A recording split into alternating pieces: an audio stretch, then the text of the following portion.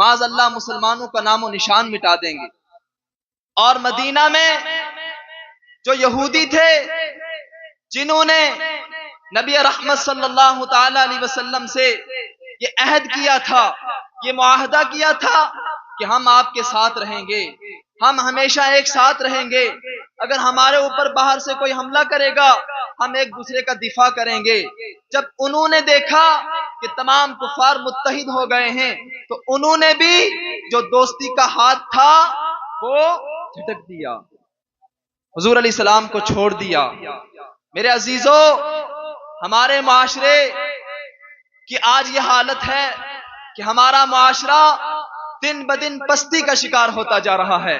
اس کی وجہ یہ ہے کہ ہم نے مصطفیٰ جان رحمت صلی اللہ تعالی علیہ وسلم کی حیات کو پڑھنا چھوڑ دیا، حضور علیہ السلام کی سیرت مقدسہ پر عمل کرنا چھوڑ دیا اور اسلامی تعلیمات سے ہم دور ہو گئے۔ ایسے وقت میں جب سارے کفار ایک تھے، سب مل کر حضور علیہ السلام اور تمام مسلمانوں پر حملہ کرنے والے ہیں، تو اس وقت میرے آقا کریم صلی اللہ تعالی علیہ وسلم نے کس طرح شجاعت کا مظاہرہ کیا، بہادری کا مظاہرہ کیا، عزم اور استقلال کے ساتھ سامنے کھڑے ہوئے۔ یہ ہمارے لیے بہت بڑا درس ہے، بہت بڑا پیغام ہے۔ حضور علیہ السلام نے قیامت تک کے لیے اپنے غلاموں کو یہ پیغام دے دیا، میرے غلاموں تمہارے اوپر مشکل وقت آئے گا، مشکل دور آئے گا، مشکل حالات آئیں گے، دشمن آپ کو گھیر لیں گے، دشمن آپ کو پریشان کریں گے، لیکن تم پریشان مت ہونا، تمہارے سامنے تمہارے نبی کریم صلی اللہ تعالی علیہ وسلم کی بہترین زندگی ہے، تم میری زندگی کو پڑھنا اور میرے زندگی سے سبق حاصل کرنا۔ مصطفیٰ جان رحمت صلی اللہ تعالی علیہ وسلم نے اس مقام پر عزم اور ہمت کے ساتھ کفار کا مقابلہ کیا۔ یہ ہمارے لیے قیامت تک کے لیے حضور کا پیغام ہے کہ میرے غلاموں پریشان مت ہوا کرو۔ کیوں؟ حضور علیہ السلام نے اللہ تبارک و تعالی کی ذات پر ایسے توکل کی وہ مثال پیش کی کہ تاریخ انسانیت میں اس کی مثال نظر نہیں آتی۔ اللہ تبارک و تعالی نے قرآن میں فرمایا، من توکل علی اللہ فہو حسبہ، کہ جس نے اللہ پر بھروسہ کیا اللہ تبارک و تعالی اس کو کافی ہے، اللہ تعالی اس کو کافی ہے۔ جس نے اللہ کی ذات پر بھروسہ کیا، آج ہمارے سامنے حالات مشکل آتے ہیں، ہم پریشان ہو جاتے ہیں، ہم پریشان ہو جاتے ہیں، رونا شروع کر دیتے ہیں، بلکنا شروع کر دیتے ہیں، لوگوں کے سامنے جو ہے وہ دست دراز کر لیتے ہیں، مانگنا شروع کر دیتے ہیں، پریشان ہو جاتے ہیں۔ حضور علیہ السلام نے یہ پیغام دیا، میرے غلاموں پریشان مت ہونا، جب مشکل وقت آ جائے تو میری سیرت کو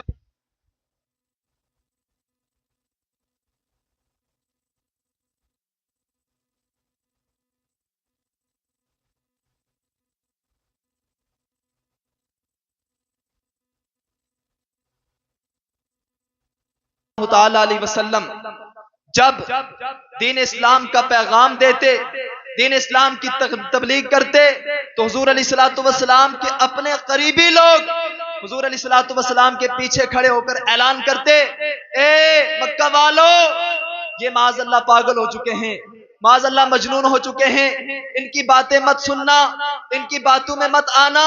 مصطفیٰ جان رحمت صلی اللہ تعالی علیہ وسلم کو پریشان کیا گیا، حضور علیہ السلام کو ستایا گیا۔ میرے مصطفیٰ جان رحمت صلی اللہ تعالی علیہ وسلم حرم میں نماز پڑھ رہے ہیں، حضور علیہ السلام سجدے کی حالت میں ہیں، ایک بدترین کافر نے لا کر حضور علیہ السلام کی مبارک پیٹھ پر اونٹ کی اوجڑی رکھ دی، حضور علیہ السلام کو طرح طرح سے ستایا، حضور علیہ السلام کی معاذ اللہ تبارک و تعالی حضور علیہ السلام کا گلا دبایا گیا، حضور علیہ السلام کو طرح طرح سے تکلیفیں دی گئیں۔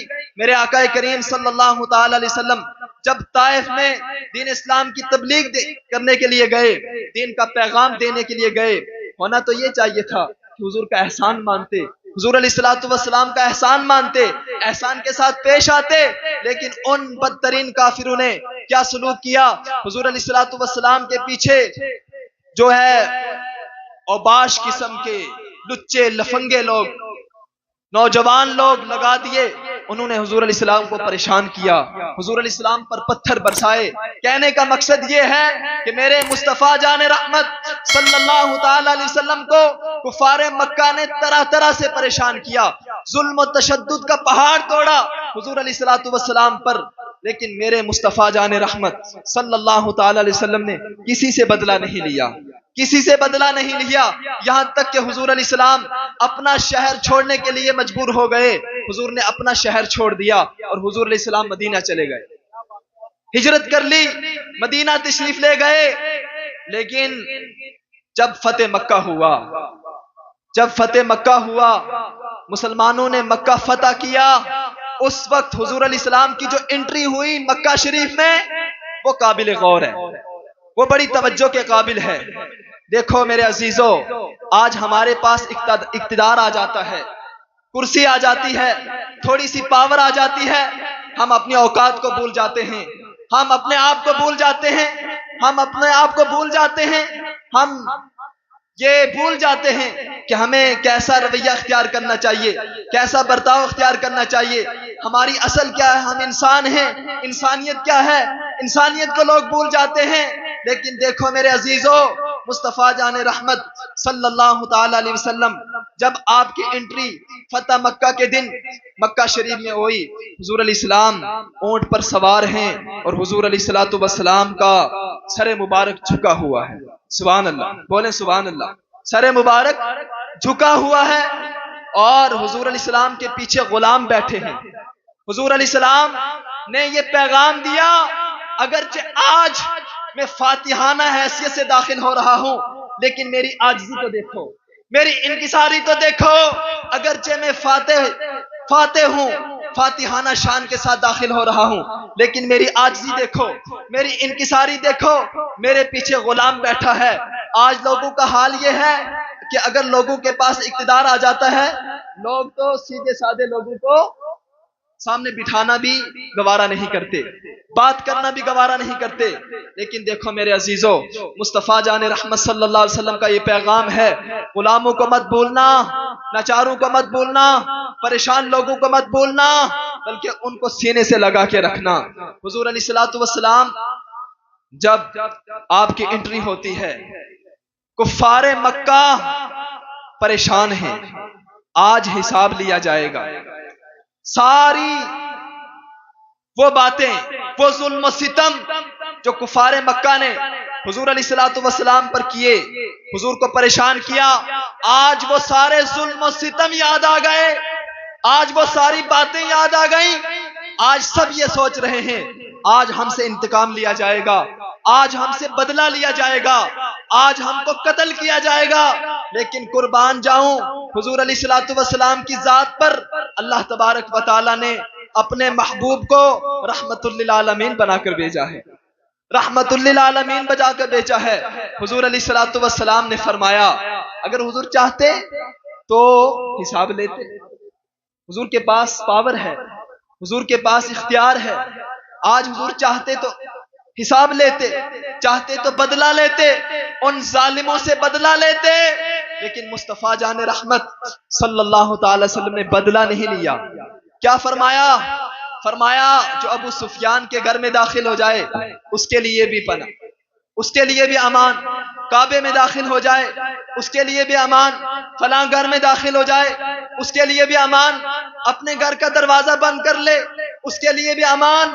گویا کہ حضور علیہ السلام نے معافی کا پروانہ، معافی کا اعلان عام کر دیا کہ اے مکہ والو، جو تم نے کیا یہ تمہارا ظرف تھا اور جو میں نے کیا یہ میرا ظرف ہے۔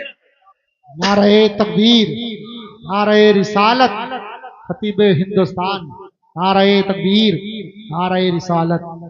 جو تم نے کیا یہ تمہارا ظرف تھا اور جو میں نے کیا یہ میرا ظرف ہے۔ مصطفیٰ جان رحمت صلی اللہ تعالی علیہ وسلم نے یہ پیغام دیا کہ دوسروں کو معاف کرنا سیکھو۔ اگر آپ کے ساتھ کوئی زیادتی کرے، کوئی ظلم کرے، کوئی آپ کو پریشان کرے، کوئی آپ کو تکلیف پہنچائے تو بدلہ مت لو، معاف کرو۔ معاف کرنے والے کی عزت میں اضافہ ہوتا ہے۔ حضور علیہ السلام نے ارشاد فرمایا جو شخص کسی کو معاف کر دے، میں قسم اٹھا کر کہتا ہوں اللہ تبارک و تعالی اس کی عزت میں اضافہ فرماتا ہے، اس کی عزت میں اضافہ ہوتا ہے، اس کی عزتیں مزید ترقی کی راہوں پر گامزن ہونے لگتی ہیں، مزید وہ کامیاب ہونے لگتا ہے، مزید عزت والا ہونے لگتا ہے۔ یہ میرے مصطفیٰ جان رحمت صلی اللہ علیہ وسلم کا پیغام ہے میرے عزیزوں۔ جب آپ کے ساتھ کوئی زیادتی کرے، کوئی ظلم کرے، کوئی پریشان کرے، تو آپ اس کا بدلہ ظلم کے ساتھ مت دیں، اس کا بدلہ تکلیف کے ساتھ مت لیں، اس کا بدلہ پریشانی کے ساتھ مت لیں، بلکہ اس کو معاف کر دیں۔ جب اس طرح ہم ایک دوسرے کو معاف کرنا سیکھیں گے تو بہترین معاشرہ ترتیب پائے گا، بہترین معاشرہ وجود میں آئے گا، اور جب اس طرح کا معاشرہ وجود میں آئے گا تو ہماری زندگی جنت بن جائے گی، ہماری زندگی جنت بن جائے گی۔ میرے عزیزوں، اللہ تبارک و تعالی ہمیں حضور علیہ الصلوۃ والسلام کی سیرت پر عمل کرنے کی توفیق عطا فرمائے، اور حضور علیہ الصلوۃ والسلام سے پکی سچی محبت عطا فرمائے۔ اور میرے عزیزوں، آج ہمارا یہ حال ہے کہ ہمارے پاس کوئی نادار، کوئی مفلس آتا ہے تو ہم اس کو بھگا دیتے ہیں، لیکن یہ میرے مصطفیٰ جان رحمت صلی اللہ علیہ وسلم کی سیرت نہیں، یہ مصطفیٰ جان رحمت صلی اللہ تعالی علیہ وسلم کا پیغام نہیں، یہ حضور علیہ الصلوۃ والسلام کی سیرت نہیں۔ حضور علیہ الصلوۃ والسلام کو اللہ تبارک و تعالی نے رحمت للعالمین بنا کر بھیجا تھا۔ حضور علیہ الصلوۃ والسلام پریشان لوگوں کو سینے سے لگایا کرتے تھے، لاچار لوگوں کو سینے سے لگایا کرتے تھے، اور تنگ دست لوگوں کو سینے سے لگایا کرتے تھے، اور ان کی ضروریات کو پورا کیا کرتے تھے۔ ایک جنگ میں کثیر تعداد میں مسلمانوں کے ہاتھ مال غنیمت آیا۔ حضور علیہ الصلوۃ والسلام کے پاس ایک پورا بن جنگل بکریوں سے بھرا ہوا حضور کے زیر تصرف آیا، زیر ملک آیا۔ تو ایک شخص نے عرض کیا، یا رسول اللہ صلی اللہ علیہ وسلم، کہ اب تو آپ بڑے مالدار ہو گئے ہیں، توجہ ہے، بڑے مالدار ہو گئے ہیں، اب حضور علیہ الصلوۃ والسلام کے پاس کثیر مال ہے، بہت مال ہے۔ تو حضور علیہ الصلوۃ والسلام نے وہ سارا مال اس کو عطا فرما دیا، بولے سبحان اللہ، سارا مال اس کو عطا فرما دیا۔ ہمارا کیا حال ہے؟ ہم بھگا دیتے ہیں۔ نہیں، یہ مصطفیٰ جان رحمت صلی اللہ علیہ وسلم کی سیرت نہیں، یہ مصطفیٰ جان رحمت صلی اللہ علیہ وسلم کا پیغام نہیں۔ حضور علیہ السلام کا پیغام یہ ہے کہ جب تم سے کوئی مانگے تو وہ خالی ہاتھ نہ جائے۔ ہمارے معاشرے میں جو تنگ دست لوگ ہیں، جو پریشان لوگ ہیں، جو غریب لوگ ہیں، ہمیں ان کا خیال رکھنا چاہیے، ہمیں ان کے کام آنا چاہیے۔ یہ مصطفیٰ جان رحمت صلی اللہ علیہ وسلم کی سیرت ہے۔ وہ شخص، وہ صحابی گئے اپنے علاقے میں، اعلان کیا، اے لوگو سنو سنو، کان کھول کے سنو، مصطفیٰ جان رحمت صلی اللہ تعالی علیہ وسلم اتنا نوازتے ہیں، اتنا نوازتے ہیں کہ اس کی کوئی مثال نہیں۔ حضور علیہ السلام پر ایمان لے آؤ۔ حضور اتنا نوازتے ہیں کہ حضور علیہ الصلوۃ والسلام کی سخاوت کی کوئی مثال نہیں۔ حضور علیہ السلام کی سخاوت کو دیکھ کر بہت سارے لوگ مسلمان ہو گئے۔ تو آج اگر ہم حضور کا کلمہ پڑھتے ہیں اور یہ اعلان کرتے ہیں کہ ہمیں حضور سے محبت ہے، ہم حضور کے غلام ہیں، تو غلامی ہمارے کردار سے جھلکنی چاہیے، ہمارے کردار میں حضور علیہ السلام کی غلامی ہونی چاہیے۔ جب ہم چلیں تو دیکھنے والا یہ کہے کہ مصطفیٰ کا غلام جا رہا ہے، دیکھنے والا یہ کہے کہ مصطفیٰ جان رحمت صلی اللہ علیہ وسلم کا غلام جا رہا ہے، میرے مصطفیٰ جان رحمت صلی اللہ علیہ وسلم کا پیارا جا رہا ہے، حضور کا محب جا رہا ہے، حضور کا عاشق جا رہا ہے۔ تو یہ پیغام دیا حضور علیہ السلام نے اپنی امت کو، اپنے غلاموں کو، میرے غلاموں، غریب لوگوں کو سینے کے ساتھ لگا کے رکھنا، ہمیشہ غریب لوگوں کے کام آنا۔ جب اس طرح قسم خدا کی ہم غریب لوگوں کے کام آئیں گے، غریب لوگوں کا سہارا بنیں گے، غریب لوگوں کو سینے سے لگائیں گے تو ہماری زندگی جنت بن جائے گی، ہمارا معاشرہ بہترین معاشرہ بن جائے گا، ہمارا گھر جنت کی کیاری بن جائے گا اور ہمارا معاشرہ خوبصورت بن جائے گا۔ میرے عزیزوں، سبحان اللہ، بہت خوب، زندہ باد۔ قرآن مقدس میں اللہ تبارک و تعالی نے فرمایا لعنت اللہ علی الکاذبین، جھوٹوں پر اللہ کی لعنت ہے۔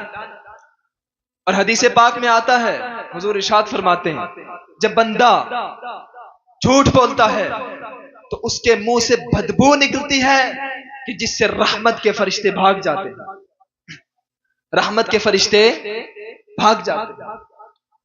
آج ہمارے معاشرے میں جھوٹ عام ہوتا جا رہا ہے، بات بات پر لوگ جھوٹ بولتے ہیں، لوگوں کو دھوکہ دیتے ہیں، لیکن یہ پتہ نہیں ہے کہ جھوٹ بولنا کتنا بڑا گناہ ہے۔ جھوٹ بولنے والے پر اللہ تبارک و تعالیٰ کی لعنت ہے، اور مصطفیٰ جان رحمت صلی اللہ تعالی علیہ وسلم نے ارشاد فرمایا جو جھوٹ بولتا ہے اس کی زبان سے بدبو نکلتی ہے جس کی وجہ سے رحمت کے فرشتے بھاگ جاتے ہیں۔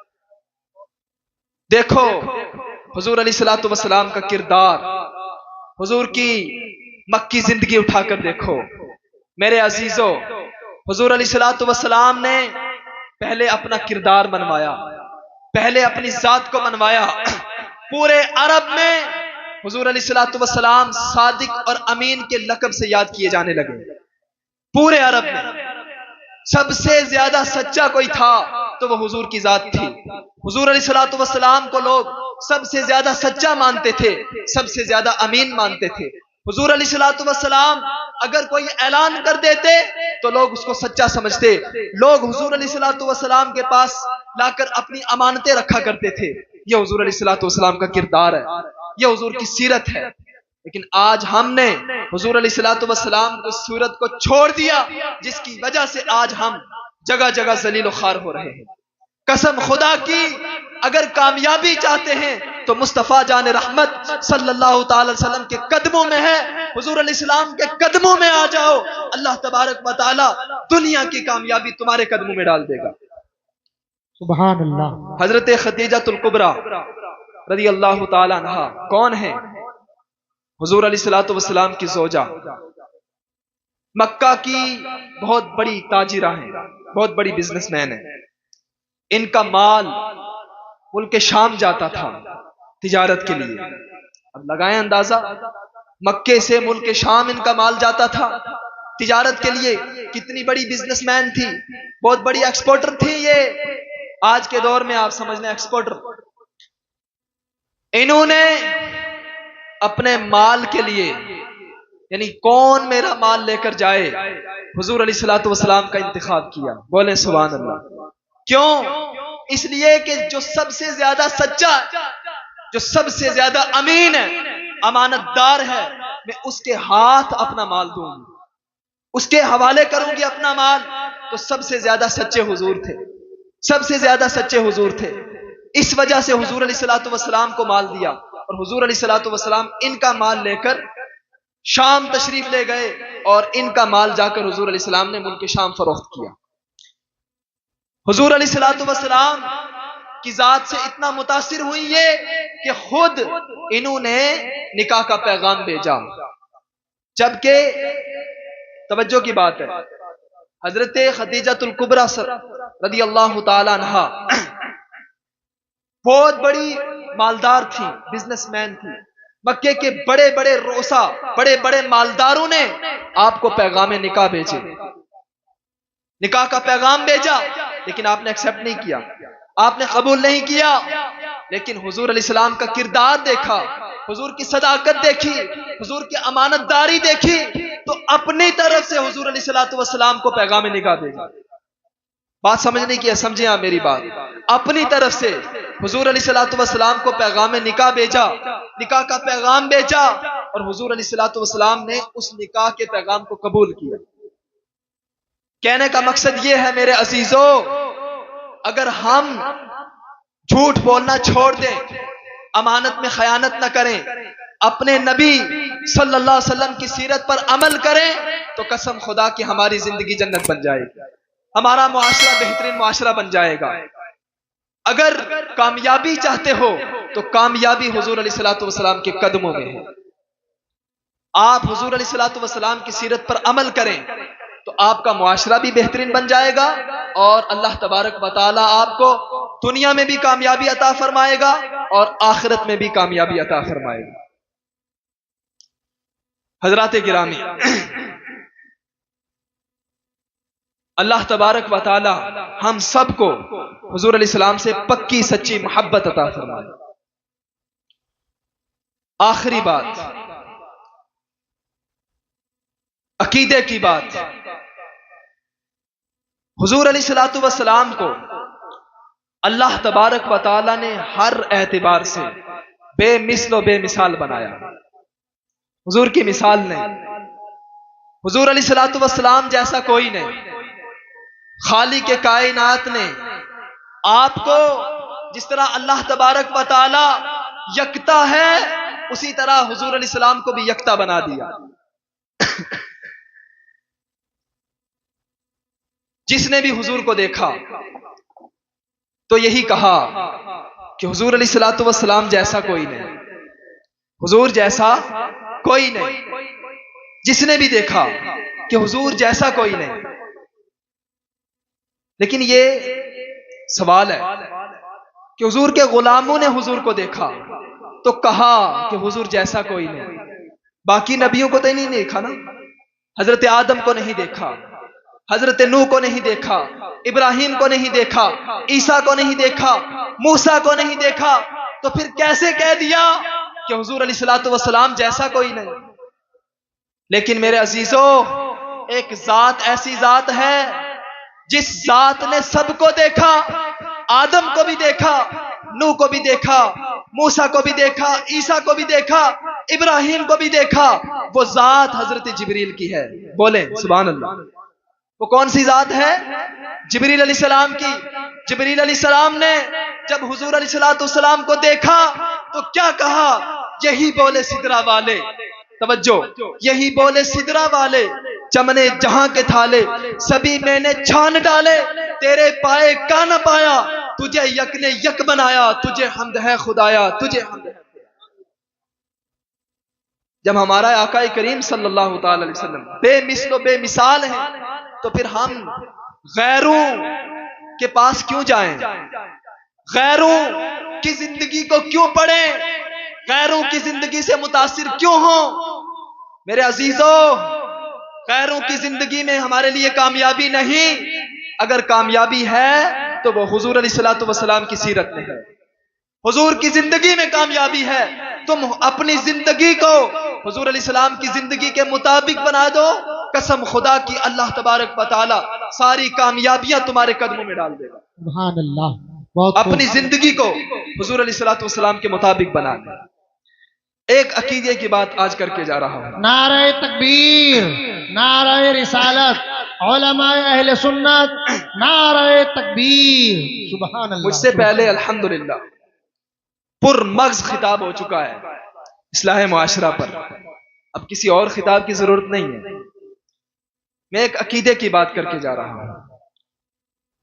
اللہ تبارک و تعالی نے ہمارے آقا کریم صلی اللہ تعالی وسلم کو مالک و مختار بنایا، مالک و مختار بنایا، لیکن کچھ لوگ حضور علیہ الصلوۃ والسلام کے بارے میں یہ عقیدہ نہیں رکھتے۔ وہ کہتے ہیں کہ ایسا عقیدہ رکھنا یہ شرک ہے، یہ بدعت ہے، ایسا عقیدہ رکھنے والا اسلام سے خارج ہے۔ آج علماء کرام یہاں موجود ہیں، ذمہ داری سے عرض کر رہا ہوں، اپنے عقیدے کی اصلاح کر لو میرے عزیزو، قسم خدا کی عقیدے کی اصلاح ہو جائے گی، دنیا میں کامیاب ہو جاؤ گے۔ عقیدے کی اصلاح سب سے زیادہ ضروری ہے۔ مصطفیٰ جان رحمت صلی اللہ تعالی علیہ وسلم کو اللہ تبارک و تعالی نے مالک و مختار بنایا، اختیار عطا فرمایا، پاور عطا فرمائی۔ وہ کیسے؟ سنیں، اختیارات دو قسم کے ہوتے ہیں۔ اختیارات تشریعی اور اختیارات تکوینی۔ تشریعی اختیارات کا یہ مطلب ہے کہ شرعی معاملات میں اللہ نے اپنے محبوب کو اختیار عطا فرمایا، کسی چیز کو حلال کرنا چاہیں تو حلال کر سکتے ہیں، حرام کرنا چاہیں تو حرام کر سکتے ہیں، یہ اللہ نے پاور عطا فرمائی۔ حالانکہ اللہ قرآن میں فرماتا ہے احل اللہ البیع وحرم الربا، کہ اللہ نے تجارت کو حلال فرما دیا اور سود کو حرام فرما دیا۔ اللہ قرآن میں فرما رہا ہے کہ حلال کرنے والا اللہ ہے اور حرام کرنے والا بھی بولو اللہ ہے۔ یہ اللہ فرما رہا ہے، حلال کرنے والا بھی اللہ اور حرام کرنے والا بھی بولے اللہ۔ لیکن سنو حدیث پاک، مصطفیٰ جان رحمت صلی اللہ تعالی علیہ وسلم کو بھی اللہ نے یہ اختیار عطا فرمایا کہ حضور اگر کسی چیز کو حرام کرنا چاہیں تو حرام کر سکتے ہیں۔ حدیث پاک ہے انما حرم رسول اللہ مثل ما حرم اللہ، کہ وہ چیز جس کو رسول اللہ نے حرام کر دیا وہ اسی چیز کی طرح ہے جس کو اللہ نے حرام کر دیا۔ ایک اور حدیث پاک سنیں، حدیث پاک یہ ہے کہ حرم رسول اللہ صلی اللہ تعالی علیہ وسلم لحوم الحمر الاہلیہ، کہ رسول اللہ صلی اللہ تعالی وسلم نے بستی کے گدھوں کا گوشت حرام کر دیا۔ ایک اور حدیث پاک سنیں، رسول اللہ صلی اللہ تعالی وسلم نے ارشاد فرمایا لا تشرب مسکرن فانی حرمت کل مسکر، حضور نے فرمایا نشہ دار چیز مت پیو، میں نے نشہ دار چیز کو حرام کر دیا۔ میں آپ کی توجہ چاہنا چاہتا ہوں، اللہ نے قرآن میں فرمایا حرام کرنے والا اللہ ہے، حلال کرنے والا اللہ ہے، لیکن حدیث میں مصطفیٰ جان رحمت بھی حلال کر رہے ہیں اور حرام کر رہے ہیں۔ تو کیا مطلب یہ ہے کہ اللہ تبارک و تعالی جو حرام کر رہا ہے کسی چیز کو، یہ اختیار اللہ تبارک و تعالی کے پاس اپنے آپ ہے، بولو اپنے آپ ہے۔ اور مصطفیٰ جان رحمت صلی اللہ تعالی وسلم اگر کسی چیز کو حرام کر رہے ہیں، یہ اختیار رسول اللہ صلی اللہ تعالی وسلم نے کو اللہ تعالی نے عطا فرمایا ہے۔ خالق کل نے آپ کو مالک کل بنا دیا، دونوں جہاں ہیں آپ کے قبضہ و اختیار میں۔ میرے عزیزو، ہم کتنی نماز پڑھتے ہیں؟ 5 نمازیں فرض ہیں نا؟ اگر کوئی یہ کہہ دے کہ 2 نماز پڑھو تو آپ اس کی بات مانیں گے؟ نہیں۔ کیوں؟ کیونکہ 5 نمازیں فرض ہیں، کوئی کم نہیں کر سکتا۔ پوری دنیا میں کوئی شخص ایسا نہیں ہے جو یہ اختیار رکھتا ہو کہ وہ کسی کے لیے کوئی نماز معاف کر دے، کوئی نماز کم کر دے۔ لیکن حدیث پاک سنو، حضرت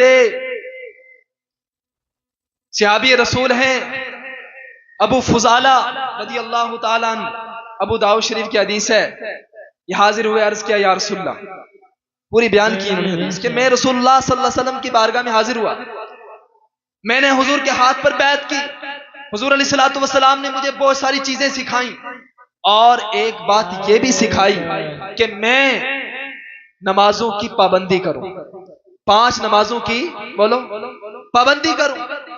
کہتے ہیں میں نے عرض کیا یا رسول اللہ میں مصروف رہتا ہوں، میں بیزی رہتا ہوں، میں 5 نمازوں کی پابندی نہیں کر سکتا، میرے لیے کچھ تخفیف فرما دیں، میرے لیے کچھ آسانی پیدا فرما دیں۔ تو حضور علیہ السلام نے فرمایا محافظت کرو عصرین کی، عصرین کی محافظت کرو۔ صحابی نے عرض کیا یا رسول اللہ عصرین کیا ہے؟ حضور نے ارشاد فرمایا ایک وہ نماز جو سورج طلوع ہونے سے پہلے ہے اس کی پابندی کرو، اور ایک وہ نماز جو سورج غروب ہونے سے پہلے ہے اس کی پابندی کرو، یعنی فجر کی اور عصر کی پابندی کرو۔ اب میں آپ سے پوچھنا چاہتا ہوں، پوری دنیا میں کوئی شخص ایسا ہے جو کوئی کسی کے لیے کوئی نماز کم کر دے؟ ہے کوئی ایسا شخص؟ نہیں۔ لیکن دیکھو اللہ تبارک و تعالی نے اپنے حبیب پاک کو یہ اختیار عطا فرما دیا، حضور علیہ الصلوۃ والسلام نے اپنے غلام کے لیے 3 نمازیں معاف کر دی۔ صحیح حدیث پاک ہے۔ ایک اور حدیث ہے ایک شخص ایک قبیلے کے حاضر ہوئے، عرض کیا یا رسول اللہ میں اس شرط پر اسلام قبول کروں گا کہ صرف 2 نماز پڑھوں گا، صرف 2 نماز پڑھوں گا۔ حضور علیہ السلام نے یہ ارشاد نہیں فرمایا کہ نہیں، یہ اللہ کا حق ہے، بندوں پر اللہ کا حق ہے نماز پڑھنا، یہ تو پڑھنا یہ تو لازمی ہے، اس میں کسی طرح بھی گنجائش نہیں، کسی طرح بھی رخصت نہیں، 5 نمازیں لازمی ہیں، میرے پاس اختیار نہیں ہے، میں کچھ نہیں کر سکتا۔ حضور نے یہ ارشاد نہیں فرمایا، حضور نے فرمایا ٹھیک ہے، اگر تجھے یہ منظور ہے تو اسی شرط کے ساتھ تیرا اسلام قبول ہے، تیرا اسلام قبول ہے۔ میرے عزیزوں، آج یہ عقیدے کی بھی اصلاح کر کے جائیں کہ اللہ تبارک و تعالی نے ہمارے آقا کریم صلی اللہ علیہ وسلم کو مالک و مختار بنایا ہے، کسی کے لیے کوئی چیز معاف کرنا چاہیں تو معاف کر سکتے ہیں، کوئی چیز لازم کرنا چاہیں تو لازم بھی کر سکتے ہیں۔ حضرات گرامی، ایک اور حدیث پاک سنیں۔ ایک صحابی عرض کرتے ہیں یا رسول اللہ صلی اللہ تعالی علیہ وسلم میں ہلاک ہو گیا، میں برباد ہو گیا۔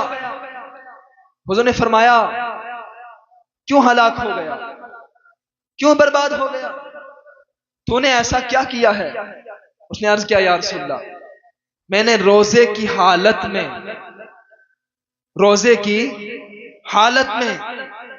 اپنی بیوی سے پتی کر لی، تو اب روزے کی حالت میں کوئی ایسا کرے تو اس پر کفارہ ہے۔ کفارہ کیا ہے؟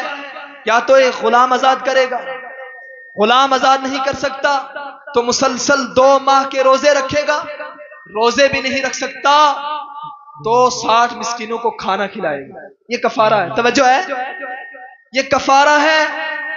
حضور نے فرمایا اے میرے غلام، کیا غلام آزاد کر سکتے ہو؟ عرض کیا یا رسول اللہ نہیں۔ حضور نے فرمایا کیا مسلسل 2 ماہ کے روزے رکھ سکتے ہو؟ عرض کیا یا رسول اللہ نہیں۔ حضور نے فرمایا کیا 60 مسکینوں کو کھانا کھلا سکتے ہو؟ عرض کیا یا رسول اللہ نہیں۔ تو حضور نے ارشاد فرمایا بیٹھ جاؤ۔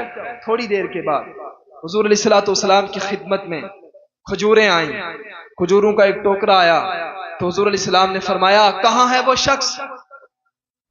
شخص جو یہ کہتا تھا میں ہلاک ہو گیا، میں برباد ہو گیا؟ تو حضور علیہ الصلوۃ والسلام نے وہ کھجوریں عطا فرمائیں اپنے غلام کو اور فرمایا جاؤ انہیں صدقہ کر دو، تمہارا کفارہ ادا ہو جائے گا۔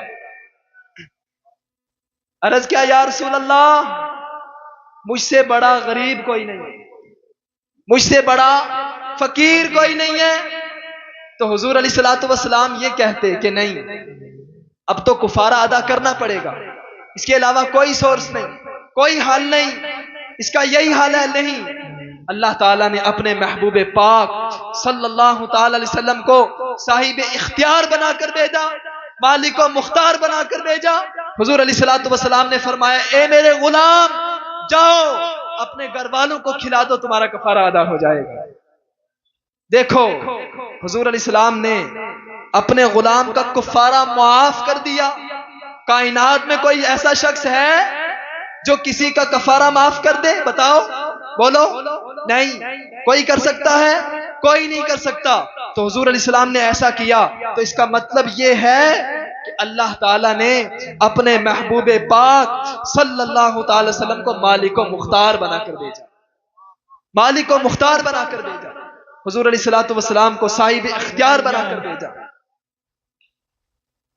یہ ہیں اختیارات تشریعی اختیارات، کسی چیز کو حلال کرنا چاہیں تو حلال کر سکتے ہیں اور حرام کرنا چاہیں تو حرام کر سکتے ہیں۔ کون دیتا ہے دینے کو منہ چاہیے، دینے والا ہے سچا ہمارا نبی۔ حضرات گرامی، مشہور واقعہ ہے حضرت امام سعد الدین تفتزانی کا، مشہور واقعہ۔ ہمارا یہ عقیدہ ہے کہ حضور علیہ الصلوۃ والسلام کو اللہ نے یہ اختیار عطا فرمایا ہے، اللہ نے یہ پاور عطا فرمائی ہے کہ آج حضور علیہ السلام مدینہ میں رہ کر اگر ہماری مدد کرنا چاہیں تو کر سکتے ہیں۔ بولے سبحان اللہ، بولے سبحان اللہ. مدد کر سکتے ہیں، حضور کو اللہ نے یہ اختیار عطا فرمایا ہے. سنیں یہ واقعہ اور اپنے ایمان کو مضبوط کریں. حضرت امام سعد الدین تفتزانی بہت بڑے امام ہیں. یہ کند ذہن ہے، کند ذہن. سبق یاد کرتے ہیں، سبق یاد نہیں ہوتا. ہر دن روتے ہیں، تڑپتے ہیں، رات کو تڑپتے ہیں، روتے ہیں، لیکن سبق یاد نہیں ہوتا. سجدے میں گر جاتے ہیں کہ یا اللہ میں عالم دین بننا چاہتا ہوں، میں عالم دین بننا چاہتا ہوں، علم سیکھنا چاہتا ہوں. علم سیکھنا تو اچھی بات ہے، عالم بننا تو اچھی بات ہے، پھر مجھے علم حاصل کیوں نہیں ہو رہا؟ روتے ہیں، گڑ گڑاتے ہیں. اور استاذ کو جب بھی بے وقوفی کی، کند ذہنی کی مثال دینی ہوتی تو استاذ امام سعد الدین تفتزانی کی مثال دیتے کہ میرے سعد الدین کی طرح، میرے سعد الدین کی طرح. رات کو رو رہے ہیں، تڑپ رہے ہیں، سبق یاد کرتے ہیں، سبق یاد نہیں ہوتا. سجدے میں گر جاتے ہیں، دعائیں کرتے ہیں، روتے ہیں، تڑپتے ہیں. باہر سے آواز آتی ہے اے سعد الدین باہر آؤ، کوئی آیا ہے. میں آپ کا ذہن حاضر چاہنا چاہتا ہوں. حاضر ہے آپ کا ذہن؟ حاضر چاہتا ہوں، ذہن میری طرف رکھیے. باہر سے آواز آئی اے سعد الدین باہر آؤ، کوئی آیا ہے. آپ نے فرمایا دکھتا نہیں، میں سبق یاد کر رہا ہوں، میں باہر نہیں آ سکتا. دوسری بار پھر کہا اے سعد الدین باہر آؤ، باہر کوئی آیا ہے. پھر آپ نے یہی کہا میں باہر نہیں آ سکتا، آپ کو دکھتا نہیں، میں سبق یاد کر رہا ہوں، مجھے عالم دین بننا ہے، مجھے سبق یاد کرنا ہے، میں باہر نہیں آ سکتا. تیسری بار پھر کہا اے سعد الدین باہر آؤ، باہر کوئی آیا ہے. تم جانتے ہو باہر کون آیا ہے؟ باہر کملی والے آئے ہیں، مصطفیٰ جان رحمت آئے ہیں. اتنا سننا تھا. سعد الدین تفتزانی دوڑتے ہوئے، بھاگتے ہوئے باہر آتے ہیں. کیا دیکھتے ہیں؟ مصطفیٰ جان رحمت صلی اللہ تعالی علیہ وسلم باہر تشریف فرما ہے. حضور علیہ السلام نے فرمایا اے سعد الدین اپنا منہ کھولو. امام سعد الدین نے اپنا منہ کھولا. حضور علیہ السلام نے اپنا لعاب دہن عطا فرمایا. حضور کا لعاب دہن عطا فرمانا تھا. سعد الدین تفتزانی کی دل کی دنیا بدل گئی. سعد الدین کی دل کی دنیا بدل گئی. وہ سعد الدین آج تک لوگ جن کو بے وقوف جانتے تھے، بے وقوف سمجھتے تھے، غبی سمجھتے تھے، آج اس سعد الدین کی دنیا بدل گئی ہے. آج اس سعد الدین کے دل میں علم کا سمندر آ گیا، علم کا سمندر ٹھاٹھے مار رہا ہے.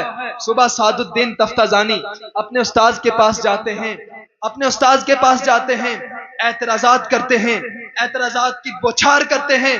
استاذ حیران ہیں آج تک یہ سعد الدین جو انتہائی کمزور، انتہائی غبی، انتہائی کن ذہن، آج یہ کیسے بدل گیا؟ استاذ نے پوچھا سعد الدین بتاؤ کیا بات ہے، معاملہ کیا ہے، ماجرا کیا ہے؟ آپ نے فرمایا استاذ سے استاذ یہ بات راز کی ہے، یہ راز کی بات ہے، محفل میں نہیں بتاؤں گا. اکیلے لے کر گئے، تنہائی میں لے کر گئے، تنہائی میں بتایا استاذ کو. سننا چاہتے ہو سنو. رات کو میں یاد کر رہا تھا، تڑپ رہا تھا. مصطفیٰ جان رحمت صلی اللہ علیہ وسلم تشریف لائے اور اپنا لعاب دہن عطا فرمایا اور میرے دل کی دنیا بدل گئی. استاذ نے کہا کاش میں بھی کن ذہن ہوتا اور حضور علیہ السلام میری خواب میں بھی تشریف لاتے اور مجھے بھی اپنا دیدار عطا فرماتے، مجھے بھی لعاب دہن عطا فرماتے اور میرے بھی دل کی دنیا بدل جاتی.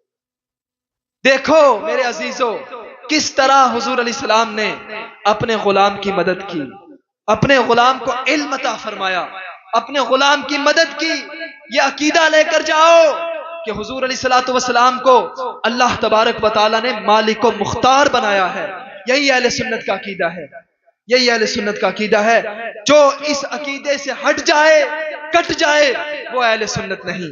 وہ اہل سنت سے کٹ گیا، وہ صراط مستقیم سے کٹ گیا. اب اس کا راستہ جہنم میں جانے والا راستہ ہے. آخری بات حضرت نے فرمایا تھا کہ اذان قبر کے تعلق سے بیان کر دینا۔ میرے عزیزو، ہر مسلمان کا یہ عقیدہ ہے اور یہ یقین ہے کہ جہاں پر اللہ کا ذکر ہوتا ہے وہاں اللہ کی رحمت نازل ہوتی ہے۔ بولو ہے یا نہیں؟ ہے یا نہیں؟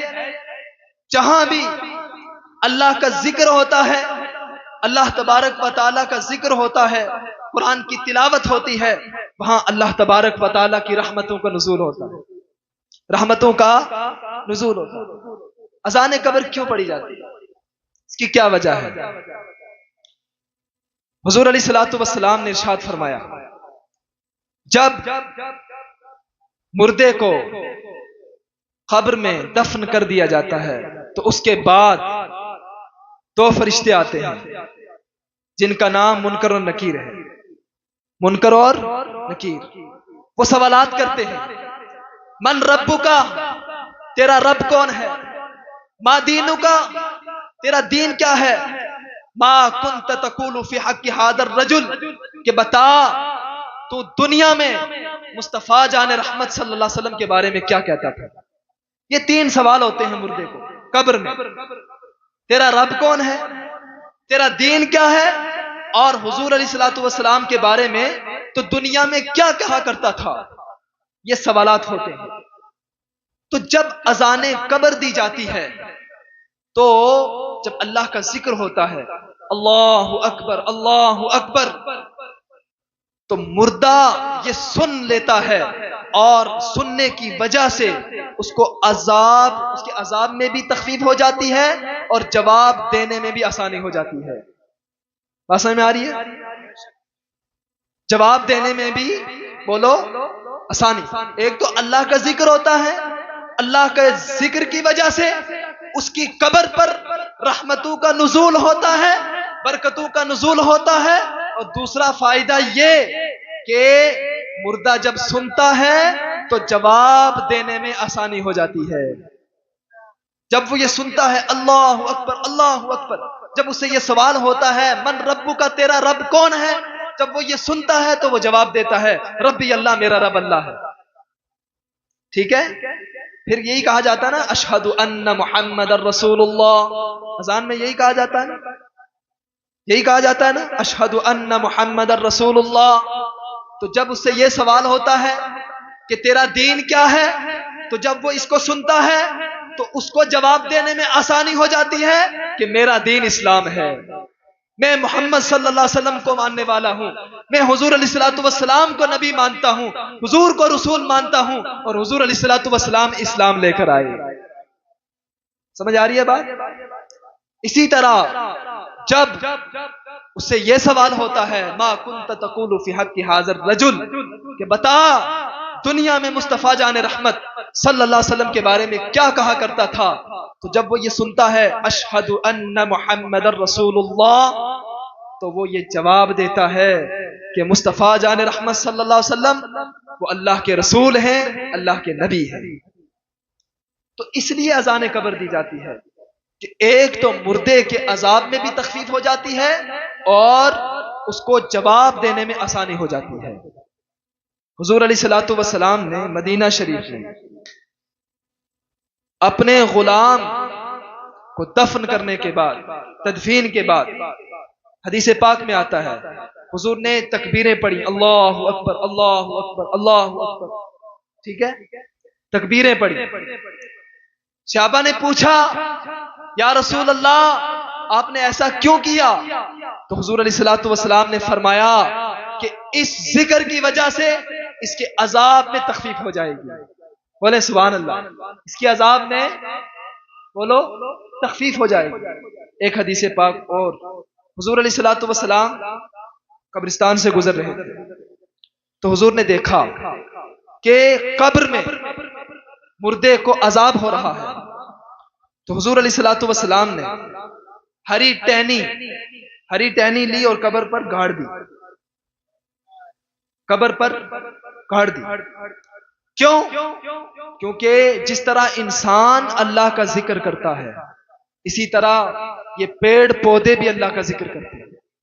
جب تک پیڑ زندہ رہتا ہے، ہرا رہتا ہے، وہ اللہ کا ذکر کرتا ہے، اللہ کا ذکر کرتا ہے۔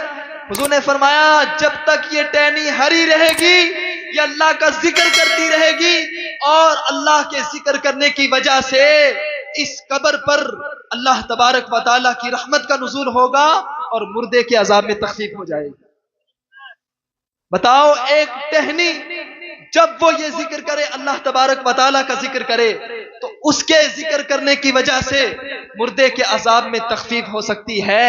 تو انسان جو افضل المخلوقات ہے، جو تمام مخلوقات سے افضل ہے، اور وہ ہو بھی مصطفیٰ جان رحمت کا غلام، تو جب وہ قبر پر اللہ کا ذکر کرے گا تو مردے کے عذاب میں تخفیف کیوں نہیں ہوگی؟ بات سمجھ میں آ رہی ہے؟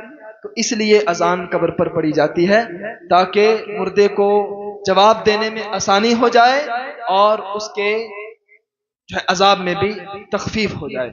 اللہ تبارک و تعالی ہم سب کو عمل کی توفیق عطا فرمائے۔ اللہ تبارک و تعالی